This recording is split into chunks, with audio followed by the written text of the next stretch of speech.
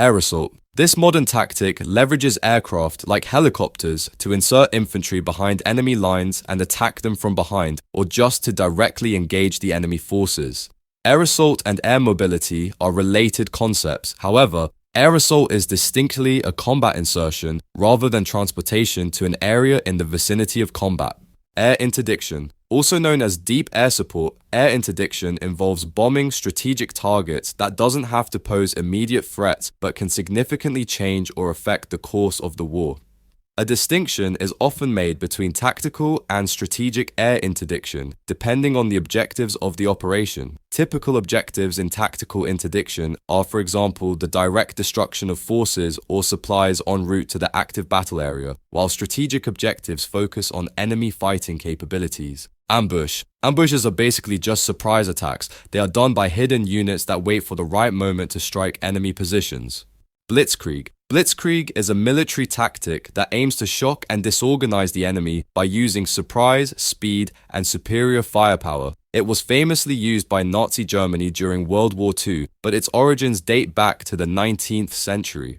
The tactic involves a rapid and overwhelming attack. The goal is to break through the enemy's defenses quickly and create chaos, making it difficult for them to respond effectively. This tactic has been used in various conflicts, including modern-day wars like in Eastern Europe, where Russia tried to conquer Ukraine in the first few days but absolutely failed. Bounding Overwatch. This tactic helps units move forward when they are being shot at. It divides the team into two parts. One group provides cover and the other group moves forward. When the moving group reaches their destination, they stop and start shooting to cover the other group, which then starts moving until both groups reach their target.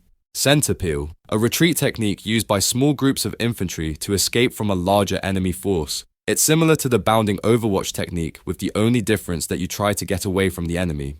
Creeping barrage. This technique involves gradually moving artillery fire forward to protect infantry as they advance towards enemy trenches. It's more effective than directly targeting trenches with artillery, as they were often resistant to damage. Defenders could be easily replaced and barbed wire remained intact. Crossing the T. In this tactic, a line of warships crosses in front of an enemy line, allowing them to bring all their guns to bear on the enemy, who can only respond with their forward-facing weapons. Defense in depth. This strategy aims to slow down the enemy's advance rather than stopping it completely. It relies on the fact that attacks often lose momentum over time or as they cover more ground. When the enemy spreads out to cover a larger area, the defenders can counterattack, fighting against smaller separated units. Defeat in detail. Defeat in detail is a tactic which involves dividing your force into smaller units. By doing this, you compel the enemy to do the same. Then, you can concentrate your forces against isolated enemy units, defeating them one by one rather than facing the full might of the enemy at once. Feigned Retreat. Pretending to flee can lure the enemy into a vulnerable position where previously positioned troops can surprise them and take them out. However, it's still a risky maneuver. If discipline breaks down, the fake retreat can quickly become a real one.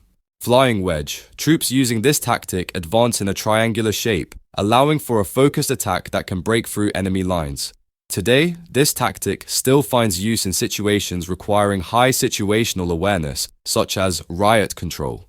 Foxholes. These are holes in the ground where two soldiers can hide and stay safe when enemies are close. They are camouflaged to blend in with the surroundings. This technique was first used to counter the Blitzkrieg tactic. There were different versions of foxholes. For example, the Germans added turrets to their foxholes, and the Japanese made smaller foxholes that only fit one soldier, making them better for surprise attacks than for hiding.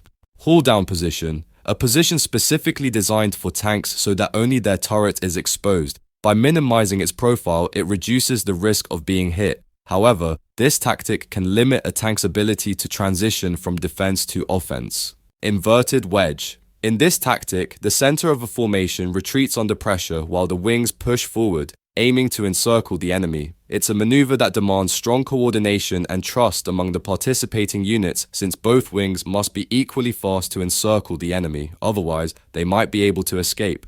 Kamikaze Drones. These drones, also known as suicide drones, are unmanned aerial vehicles that carry explosive payloads and are used to destroy enemy targets. They are designed to crash into their targets and detonate upon impact. This tactic is very popular in the ongoing Ukraine-Russia war and a common use. Since this war, drones had been given a whole new purpose besides their reconnaissance function. There are also drones that just drop their explosives on the enemy from above, while they are, for example, advancing, fleeing, sleeping, or even taking a comfort break, making it a dangerous weapon tactic that can be used multiple times. Marching fire. Marching fire involves infantry advancing while continuously firing to suppress the enemy. The goal is to keep the enemy pinned down, unable to return effective fire while closing in for close combat. This tactic is also equally to bounding Overwatch, but still not the same as there is no separation into groups. Mouseholing. Mouseholing is a tactic used in urban warfare in which soldiers create access to adjoining rooms or buildings by blasting or tunneling through a wall. The tactic is used to avoid open streets since advancing infantry, caught and enfilade, are easily targeted by machine gun and sniper fire. Another purpose is to reach enemy troops hidden within a structure. Oblique Order. This is a basic flanking tactic where one part of the army engages the enemy head-on while the other advances at an angle. The Pincer Movement. The Pincer Movement is a classic maneuver where forces attack both flanks of an enemy simultaneously. By doing so, the enemy is forced to fight on two fronts, often leading to their encirclement and eventual defeat. Recon By Fire. Recon By Fire is a straightforward tactic. Fire at suspected enemy positions to provoke a response. If the enemy reveals themselves, you've confirmed their location. If not, you've hopefully cleared the area and the enemy is hopefully not staying in position to ambush your advancing troops. Salvo. This technique aims to surprise and defeat the enemy quickly before they can respond. It involves firing all cannons at the same time, which is especially effective in naval battles between ships. This helps to set the firing range as multiple splashes are easier to see than a single one. This tactic was mainly used during World War I and World War II, but is less common now that cruise missiles are more widely used. Scorched Earth. This tactic involves destroying anything that could be useful to the enemy, like crops, infrastructure, supplies, and so on. The aim is to leave them with nothing as they advance. This tactic was famously used by the Russians against the Germans in World War II. Shoot and scoot. After firing at a target, the artillery unit immediately relocates to avoid counter-battery fire. This tactic keeps them mobile and less vulnerable to enemy retaliation. Siege warfare. By surrounding an enemy base or city, or else for a decent amount of time, they are cut off from supplies, which will result in surrendering or weakened enemies that can easily be defeated. During the Renaissance and the early modern period, siege warfare dominated the conduct of war in Europe.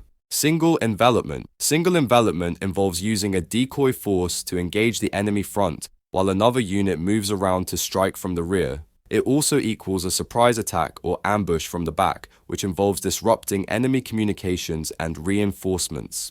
Skirmishing. Skirmishers are soldiers who stay in front of the main group of troops. They spread out in a long line and attack the enemy in small, quick battles. This helps to slow down the enemy's movement, disrupt their attack, and weaken their morale. Sniper trap. By intentionally wounding an enemy instead of killing them, a sniper can draw more of the enemy into the line of fire as they attempt to rescue their comrade. Swarming. Swarming is often used in asymmetric warfare, where a smaller force overwhelms a target with multiple, coordinated attacks from different directions. Tank descent. This is a tactic where infantry ride on tanks into battle, dismounting only for the final assault. The infantry protect the tanks from anti-tank weapons while benefiting from the armor and mobility of the tanks during the approach.